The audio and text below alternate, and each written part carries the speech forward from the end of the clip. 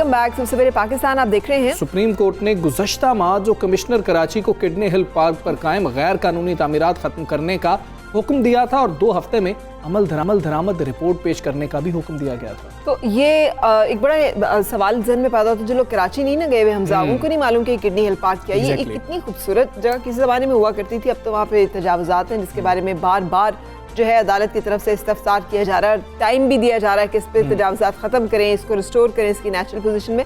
लेकिन kidney hill park है क्या, किस तरह का है, क्या हिस्ट्री है इसकी, इस हवाले से मेरा ख्याल है कि हम आपको मिलवाएंगे अपनी नुमाइंदा से। किरण वहाँ पर मौजूद। तो किरण, आएं कि ये पार्क है क्या, इसका पस मंजर क्या है, इसको किडनी हिल पार्क क्यों कहा जाता है? जी बिल्कुल, इस वक्त हम किडनी हिल पार्क पे मौजूद है। ये जो 62 एकड़ की जगह है, केडीए ऑर्डर 1957 के तहत स्कीम 32 का इसको जो है नोटिफाई किया गया था फलकनुमा के नाम से। 60s और 70s के अंदर जो कराची की लैंड डेवलपमेंट स्कीम के जो मास्टर प्लानर थे उनको ऑनर देने के लिए इसका अहमद अली नाम रखा गया, जिसके बाद इसका नाम किडनी हिल पार्क रख दिया गया था। क्योंकि अगर इसका एरियल व्यू लें आप तो ये ह्यूमन ऑर्गन जो है किडनी, उसका एक डिज़ाइन जो है वो फील होती है, जिसकी वजह से इसने किडनी हिल पार्क जो है नाम दिया गया। और पहले ये कहा गया था कि 16 एकड़ की जो ज़मीन है उस पर वाटर रिजर्वायर्स जो हैं वो बनाए जाएंगे, लेकिन ऐसा नहीं हुआ। इसकी जगह हुआ ये था कि यहाँ पर इंक्रोचमेंट शुरू कर दी गई थी और 2006 के बाद तो ये इस पार्क में बहुत ज़्यादा इंक्रोचमेंट हुई और यहाँ पर रेजिडेंशियल प्लॉट्स जो हैं वो कायम कर दिए गए, वो बना दिए गए। इससे पहले 2019 में भी सुप्रीम कोर्ट ने ऑर्डर्स ये थे कि पार्क को इसकी असली सूरत में बहाल किया जाए और हमने देखा था कि केएमसी की जानिब से और जो मेट्रोपॉलिटन कमिश्नर थे सैफुर रहमान, उनकी जानिब से यहाँ पर काम कराने का आगाज़ भी किया गया था। रेनोवेट करना इस पार्क को दोबारा से शुरू किया गया, लेकिन हालत इतनी ख़राब थी कि इसको रेनोवेट करने के बाद अभी हमें नज़र तो आ रहा है कि यहाँ पर कुछ पौधे नज़र आ रहे हैं, दरख्त लगे हुए हैं, लेकिन यहाँ ये अगर हम कहें कि पब्लिक के लिए इस पार्क को फौरी तौर पर खोल दिया जाए तो ये मुमकिन नहीं होगा, क्योंकि अभी इस जगह की हालत वो नहीं है। अकॉर्डिंग टू केएमसी बाकी सारी ज़मीन से उन्होंने कब्ज़ा खाली करा लिया है और 34 घरों को जो है वो नोटिस जारी कर दिए गए हैं कि 30 रोज़ के अंदर वो अपने घर खाली कर दें। ये सुप्रीम कोर्ट के ऑर्डर्स पर जो है केएमसी ने ये नोटिस जारी किए। ये दोरा जी का इलाका है, दोरा जी कॉलोनी कहलाता है, मेन इलाका ये कहलाता है कराची का। यहाँ पर एक अगर ये बेहतर इस पार्क की कंडीशन कर दी जाती है तो ना सिर्फ इस इलाके के लोगों को बल्कि कराची के लोगों को तफरी के लिए एक बेहतर मुकाम जो है वो मुहैया किया जा सकता है। बहुत खूबसूरत जगह ये बन सकती है लोगों के लिए अगर इस पर ध्यान दिया जाए। जी बहुत शुक्रिया किरण, थैंक यू वेरी मच। आप हमें बता रही थी किडनी हिल पार्क के बारे में। और हमजा, मतलब एक ऐसी जगह जो कराची में जो सतह समंदर है वहाँ पर एक इतनी ऊंचाई जहाँ से शहर का व्यू नज़र आता हो, सो खूबसूरत जगह, लेकिन बदकिस्मती से उसके साथ जो हुआ अब उसके बारे में हमें मुख्तलिफ इंसेंटिव्स इनिशिएटिव्स मिल रहे हैं अदालत की तरफ से। एडमिनिस्ट्रेटर कराची फ़हीमुज़्ज़मान सिद्दीकी हमारे साथ मौजूद हैं, साबिक एडमिनिस्ट्रेटर। इस हवाले से उनसे बातचीत करेंगे। अस्सलाम वालेकुम फ़हीमुज़्ज़मान सिद्दीकी साहब, शुक्रिया वक्त निकालने और हमें ज्वाइन करने के लिए। किडनी हिल पार्क का मसला आज तक हल नहीं हो सका, अब आके अदालत को इस बारे में जो है अहकामात जारी करने पड़ रहे हैं। आखिर ऐसे क्या सियासी मुहर्रिकात थे जो इतनी खूबसूरत और वसी ज़मीन पे कब्जा भी हुआ और उस पे ऊपर नाजायज़ तजावुज़ात जो है वो भी धड़ल्ले से बनाए गए? अस्सलाम वालेकुम, प्रोग्राम में शामिल करने का बहुत बहुत शुक्रिया। देखिए, ये जो किडनी हिल पार्क है, कराची के जो ओरिजिनल, ये सबसे पहले पाकिस्तान बनने के बाद जो प्लानर थे उनका नाम था अली अहमद साहब, जिन्होंने north Nazimabad, federal B area, even KDA scheme 5 Clifton वगैरह सब उनका प्लान था।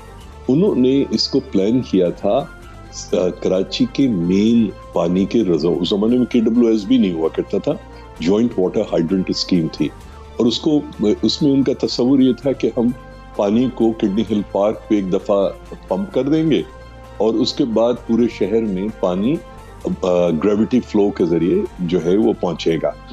अच्छा, वो नहीं हो पाया, जॉइंट वाटर हाइड्रेंट स्कीम, फिर KWS भी बन गया। उसके बाद ये किडनी हिल पार्क डिज़ाइन हुआ। ये जो 62 एकड़ का जो पार्क है, ये बीचों बीच है, इंतहाई ऊंची जगह पे है। अच्छा, कराची में अगर आप ये चाहें कि किसी फुटपाथ पे चारपाई या कुर्सी डाल के बैठ जाएं तो लैंड ओनिंग एजेंसी, चाहे वो KMC हो, कैंटोनमेंट बोर्ड हो, चाहे वो आपके ये हो पुलिस वाले हों, डीसी, एसी, ये कोई आपको इजाजत नहीं देगा। तो सिर्फ और सिर्फ जो कब्जा होता है वो इंतहाई ताकतवर लोग करते हैं, और ये जो ताकतवर लोग हैं मुख्तलिफ औकात में मुख्तलिफ लोग रहे। उसमें आखिरी बार जो कब्जा हुआ जिसके में बाकायदा बहुत बड़े, मैं लोगों के नाम नहीं लेना चाहता, सबके नाम मुझे मालूम है, काश के कभी सुप्रीम कोर्ट बुला के पूछ ले, तो उसमें इसकी प्लॉटिंग की गई और बेच दिया गया। इसके अंदर इंतहाई, एक तो Karachi overseas administrative housing society थी, वो मतलब जो ओरिजिनल उनके थे उनका इंतकाल हो गया, तो खैर, तो इस तरह से करके ये चलती रही। अब आप तसव्वुर कीजिए धोरा जी, एक मरकजी, ये जो DHA वगैरह तो बहुत बाद में बने हैं, मरकजी इलाका था, तो इसके अंदर ये तसव्वुर करना कि ये ऐसे ही हो गया या शहरी इदारों की जो है अदम तवज्जुही की वजह से हो गया, ऐसा नहीं है। ये 400 गज का प्लॉट, इसकी सिर्फ फाइलें 60 लाख रुपए में बिकी हैं। बिल्कुल ठीक है। 2004-2005 साहब, ये फरमा दीजिएगा कि अदालत की जानिब से ये रिमार्क्स आए कि कमिश्नर कराची को तो किसी चीज़ का इल्म ही नहीं है कि ये क्या मामलात हैं, कैसे मामलात हैं। क्या ये बात आप दुरुस्त समझते हैं कि उनको इल्म नहीं है या उनकी नीयत नहीं है? नहीं, देखिए, कमिश्नर कराची बेचारा जो है एक एडमिनिस्ट्रेटिव पोजीशन है, वो 2 साल के लिए कराची पोस्ट हो जाता है, उससे पहले वो कोयटा में DC लगा हुआ होता है, उससे पहले वो AC जैकबाबाद लगा होता है, तो उसको क्या पता होगा जो चीजें कराची में बिलखसूस ये जो लैंड ओनिंग एजेंसी होती है, जैसे ये KMC का हिस्सा है, ये जमीन ये इनके फाइलों में है, एक एक चीज। ये सिर्फ और सिर्फ किडनी हिल पार्क को क्यों देखते हैं आप? जो आपका सफारी पार्क है उसका हाल देख लें, उसकी फाइलें उठा के देख लें। 2.5 एकड़ पे जो गांव था, अब्दुल्ला शाह ने कहा था कि भाई 2.5 एकड़ को लिमिट करो, और आज वो पता नहीं 35-40 एकड़ खा गया। तो इसी तरह से कराची के तमाम पार्क्स, प्लेग्राउंड्स, ओपन एरियाज जो हैं, ये इनका ये हशर है, और उसकी वजह ये नहीं है कि इदारे से तवज्जो नहीं करते। एक तो इदारे तितर बितर हैं, उनके पास कोई इख्तियार नहीं है, उनके पास इख्तियार होने के अलावा न कोई दिलचस्पी है। आप रोज अगर आप कराची के अंदर एक पावरफुल म्युनिसिपल कॉरपोरेशन लेकर आए, काउंसिल बनाएं, लोग उसको ओन करें, शहर को उनकी जिम्मेदारी हो, तो फिर ये नहीं होगी। कमिश्नर के कराची बेचारे से तवक्को करना कि वो सारी चीजें जानता होगा और वो ये कर देगा, वो कर देगा, वो तो सिर्फ और सिर्फ जी दुरुस्त फरमा रहे हैं आप। लेकिन यही सूरत हाल वजीर आला सिंध की भी थी, यानी उनसे भी जब सवाल किए गए, उनसे भी पूछा गया, तो उन्होंने भी बताया कि हमने वहाँ पे रोड बनवा दी और हमने वहाँ पे जो है वो पथारे उठा दिए और वहाँ से हमने रास्ता खुला कर दिया। He was also not coming up with any कि क्या किया गया है। 12 साल से बरसर इक़्तिदार है पाकिस्तान पीपल्स पार्टी भी सिंध में, लेकिन तजावुज़ात बनती रही, सब देखते रहे खुली आंखों से, और अब जब अदालत पूछ भी रही है तो जवाब नहीं दे रहे। देखिए, मौजूदा वजीर आला जो हैं, उनके वालिद साहब अब्दुल्ला शाह साहब, मैं उनके साथ, वो वजीर आला थे, मैंने उनके साथ बहसीत एडमिनिस्ट्रेटर काम किया। मैं ही समझता हूँ पिछले 50 साल में अब्दुल्ला शाह से बेहतर वजीर आला नहीं आया होगा। मगर उसकी वजह क्या थी? उनके साथ प्राइम मिनिस्टर थी बेनजीर भुट्टो। अच्छा, मुराद अली शाह साहब पढ़े लिखे हैं, बहुत अच्छे आदमी हैं, मगर वो जिस किस्म की पीपल्स पार्टी के साथ आज हैं, आप उनसे क्या तवक्को कर सकती हैं? मतलब वजीर आला तो अपनी मर्जी से तो नहीं है ना, हाउस में जो मेंबरान हैं उनकी ख्वाहिश पे तो नहीं है। उनको जिस दिन चाहे, बहुत सारी कुव्वतें, चाहे उसके अंदर पार्टी के उनके अरबाब इख्तिदार हैं या इस मुल्क के अरबाब इख्तिदार हैं, वो कभी भी हटा सकते हैं। तो शायद मैं मुराद अली शाह साहब की जगह होता तो इन हालात में चीफ मिनिस्टर रहना पसंद नहीं करता, मगर चूंकि वो इन हालात में हैं तो वो क्या कर सकते हैं? जानते वो हैं, ऐसा नहीं कि वो जानते नहीं है। उनका जो है वालिद उनके लॉयर थे, उन्होंने मतलब अरसा दराज से सिंध के अंदर एडमिनिस्ट्रेशन देखी है, वो कर सकते हैं। मगर हमें इस बात का एहसास करना चाहिए कि ये बहुत ही, आज की जो पीपल्स पार्टी की हुकूमत है, बहुत ही मजबूर हालात में है। अब उसके अंदर सब लोग अपना अपना हिस्सा मांगते हैं, सब लोग अपना अपना वो करते हैं, तो ठीक है, फिर आप कर लो। लाज़िम बात है, मुराद अली शाह साहब, अब्दुल्ला शाह साहब का मुकाबला तो नहीं कर सकते, बिल्कुल ठीक है। या कोई भी चीफ मिनिस्टर। मैं आपकी बात सुन रहा था, आप कह रहे थे कि कलीमुल्लाह और समीउल्लाह का खेल जारी है, लेकिन गोल करने को कोई जो है तैयार नहीं है। आपको लग रहा है कि यही खेल जारी रहेगा, कराची में मामलात बिल्कुल ऐसे ही रहेंगे और गोल कोई नहीं करेगा? नहीं, देखिए, पहले तो ये तय कर लेना कि कराची में हॉकी हो रही है, फुटबॉल हो रही है, क्रिकेट हो रही है। समीउल्लाह और कलीम, यहाँ तो आवा का आवा बिगड़ा, इतना बदनसीब शहर है ये। मैं इस शहर का एक शहरी हूँ। मेरा मतलब इस शहर को जिस तरह से तितर बितर किया गया है, जिस तरह से बांट दिया गया है, आप देखिए फेडरल गवर्नमेंट ने कराची अब जो रेनोवेशन प्लान था उससे केसीआर को ही निकाल दिया भाई। ये तो मतलब इस बेदर्दी से कराची से किसी को हमदर्दी नहीं है। और कराची में देखिए, कोई भी शख्स जो कराची में जिंदा है वो कम से कम 1.5 जॉब करके जिंदा रहता है, एक जॉब से अपना पेट नहीं भर सकता। पाकिस्तान के किसी दूसरे शहर में ये नहीं होता जो कराची शहर में होता है। हम और आप मिलके कराची शहर का नोहा पढ़ सकते हैं, मातम कर सकते हैं, सर आपको तब्दील लगता है कुछ नहीं होने जा रहा। कुछ आपको होप है कि जिस तरह से सुप्रीम कोर्ट जो इनिशिएटिव ले रही है, तो अब कोई सूरत हाल बेहतर होगी, अब तजावुजात खत्म हो जाएंगे, किडनी हिल पार्क रिस्टोर किया जा सकेगा? सुप्रीम कोर्ट को कहिए कि 2 साल के लिए ठेके पे कराची शहर मुझे दे दें। अगर उसके बाद कोई सी एक पार्क में इंक्रोचमेंट हो जाए या किसी उसमें, तो वो फिर आप मेरा नाम बदल दीजिएगा या मुझे आप जो है उम्र कैद दे दीजिएगा। मसला कराची में सॉल्यूशंस का नहीं है, सारे सॉल्यूशंस मौजूद हैं। कराची में मसला ये है कि गिद्धों की तरह कराची को नोच के लोग खाने को तो तैयार हैं। कराची को जो रेस्पाइट चाहिए, यानी वो शहर है जिसके लिए सब मानते हैं कि 70% फेडरल गवर्नमेंट का टैक्सेस यहाँ से आते हैं, 85%, 90% सिंध के यहाँ से आते हैं, मगर कराची में रहने तो वाले आपको लग रहा है कि आप मुकाबला कर लेंगे माफियाज का? सर बहुत, अरे हमने तमाम जिंदगी माफिया से मुकाबला किया। जी ठीक, मैं जो गुफ्तगू कर रहा हूँ, आपके ख्याल में माफियाज को नहीं पता मैं क्या कह रहा हूँ? बहुत अच्छी तरह से जानते हैं। बिल्कुल ठीक है। So much for being with us. उन्होंने ओपनली बातचीत की है कि शहर की ये जो बदहाली है, इसमें बहुत से पर्दा नशीनों के नाम आते हैं, वो पर्दा नशीन जिनसे सब वाकिफ भी हैं शायद। पर्दे में वैसे कोई बात है नहीं, लेकिन फिर भी वो कह रहे हैं कि जी के लेकिन पर्दे में रहने दो, पर्दा ना हटाओ। चले, खैर पर्दे को हटाते हैं, आगे चलते हैं और अब कुछ बात करते हैं कि पाकिस्तान में जो बेहतर चीज़ें हो रही हैं उनकी बात कर लेते हैं।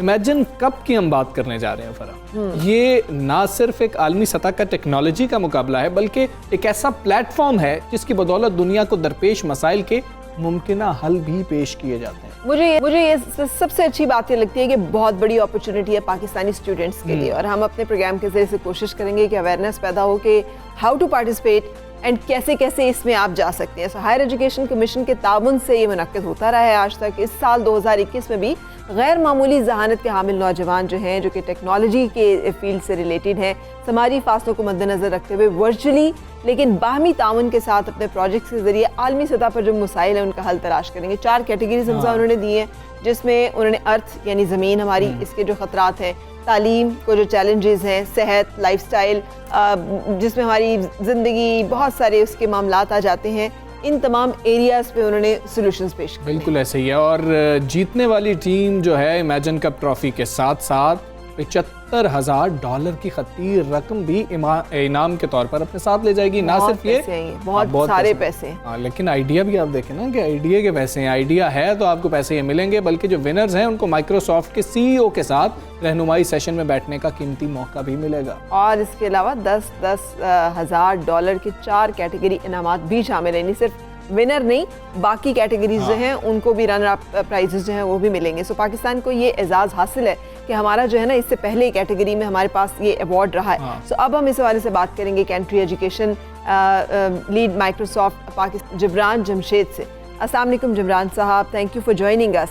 पहले तो ये बता दीजिएगा ये कंपटीशन क्या है, कौन पार्टिसिपेट कर सकता है, कैसे पार्टिसिपेट कर सकता है, और इसकी थोड़ी सी हमें डिटेल्स मज़ीद बता दीजिएगा जो हमने बताई हैं इससे बढ़कर।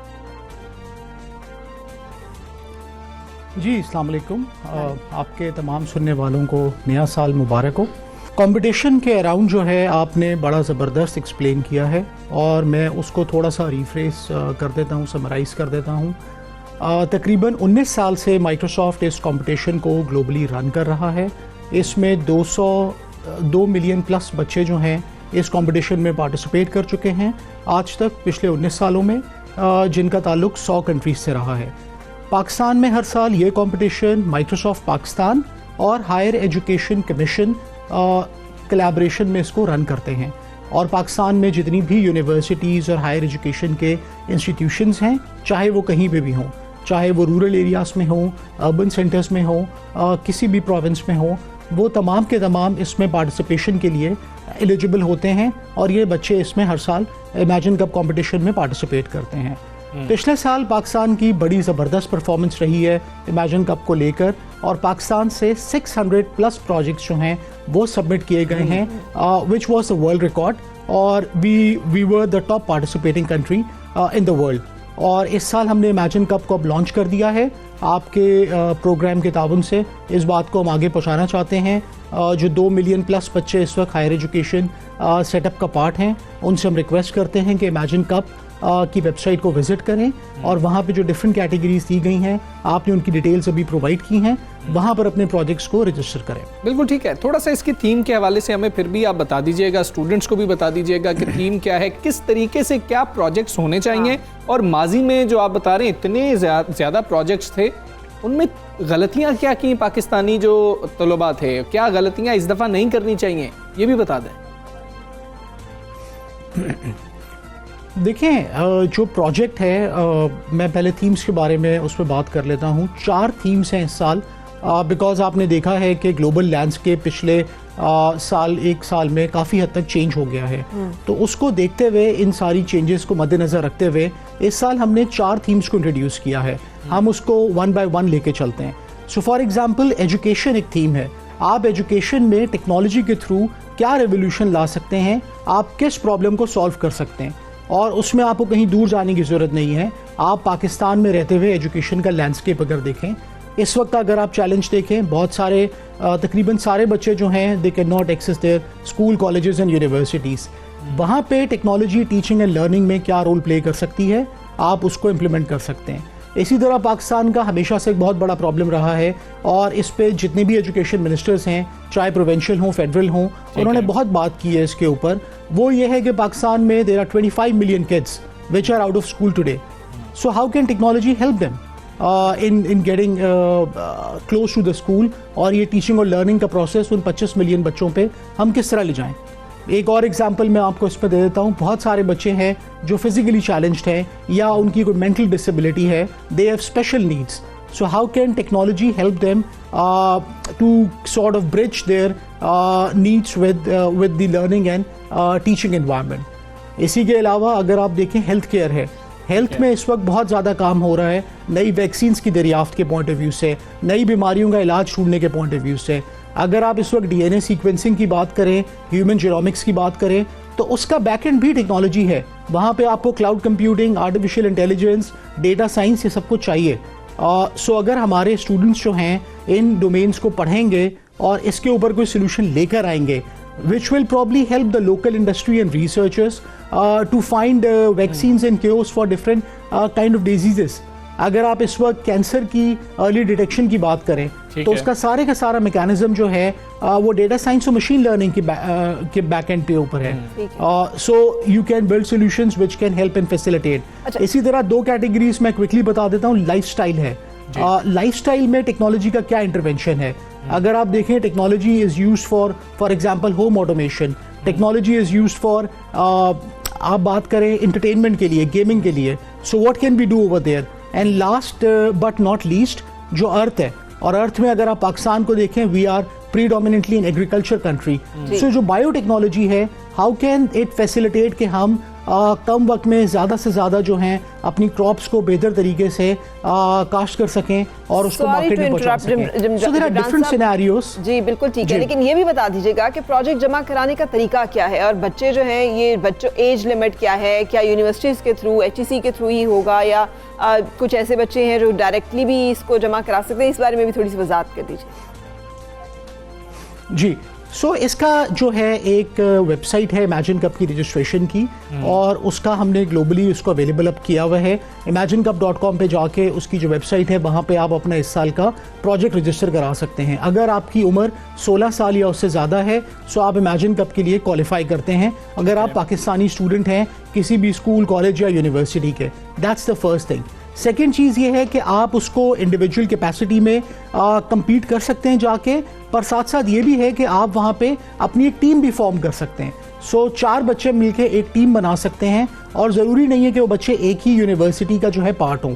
आप अपना टीम बना के जब वहाँ पे रजिस्टर कर लेते हैं, उसके बाद ट्रेनिंग्स प्रोवाइड की गई हैं वहाँ पे। इस साल मैंडेटरी किया गया है कि आप जाएं और पहले उन ऑनलाइन ट्रेनिंग्स को लें, so that when you are going and implementing a solution, जो आपने बात की वो बड़ी ज़बरदस्त आपने बात की थी कि इस साल बच्चे वो गलतियां ना करें जो पहले करते रहे, और उसमें शायद एक वजह ये थी कि प्रॉपर ट्रेनिंग नहीं थी। इस साल वो सारी की सारी ट्रेनिंग माइक्रोसॉफ्ट लर्न LEARN के नाम से प्रोवाइड की गई है ऑनलाइन, और बच्चे जाके उस ट्रेनिंग को एक्सेस कर सकते हैं, और पहले वो ट्रेनिंग करेंगे, उसके बाद वो एलिजिबल होंगे कि वो जाके अपना प्रोजेक्ट जो है उस वेबसाइट पे अपलोड कर सकें, जिसकी जनवरी की डेडलाइन है। Once that is done, projects को फिल्टर आउट किया जाता है, और HEC के ताउन से पाकिस्तान में रीजनल फाइनल सेटअप किए जाते हैं प्रोविंशियल लेवल्स पे। रीजनल फाइनल्स में प्रोजेक्ट्स को इवैल्यूएट किया जाता है। देयर आर जजेस who interview and listen to the pitches.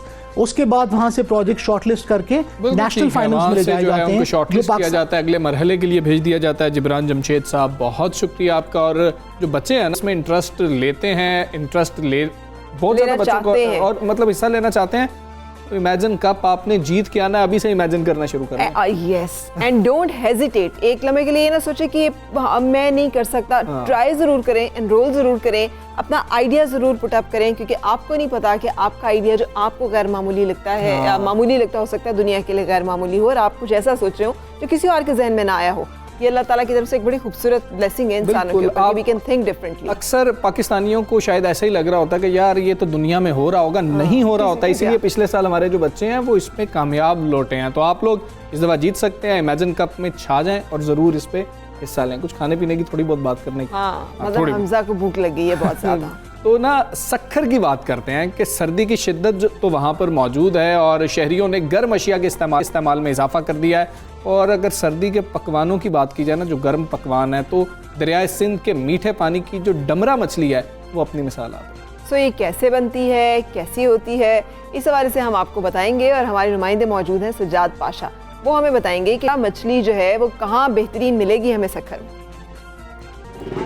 जी बिल्कुल हमजा, फरा मुल्क भर की तरह सक्खर में भी सर्दी की शिद्दत में जो है वो ख़ासा इजाफ़ा हो गया है। और अगर सर्दी में हम गर्म और लजीज़ पकवानों की बात करें तो सक्खर की जो मीठे पानी की डमरा मछली है वो सक्खर में जो है वो सर्दी की शिद्दत में इजाफे के साथ ही मछली की मांग में भी खासा इजाफा हो गया है। इस वक्त मैं मौजूद हूँ सक्खर की मशहूर फ़िश फ्राई शॉप पर, जहाँ पर जो है वो सिर्फ़ दरियाए सिंध के मीठे पानी की डमरा मछली जो है वो फ़रोख्त की जाती है। इस वक्त यहाँ पर जो स्टॉल है फ़िश फ्राई का, वहाँ पर बड़ी तादाद में शहरियों का रश है। तो हम यहाँ देख रहे हैं कि फ़िश की जो स्टॉल है वहाँ पर भी बहुत ज़्यादा रश नज़र आ रहा है। यहाँ पर इस वक्त शहरी मौजूद हैं और दरियाए सिंध के मीठे पानी की डमरा मछली खाकर जो है वो सर्दी से लुत्फ़अंदोज़ हो रहे हैं। जी सज्जाद पाशा ने जो है ना हमें दिखाई है, और वो जिस तरह मछली को खोल के उसमें मसाले डाले जा रहे थे ना, फ़र्क क्या बात है, बिल्कुल क्या बात है।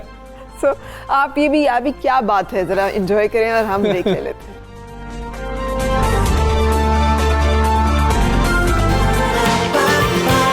सुबह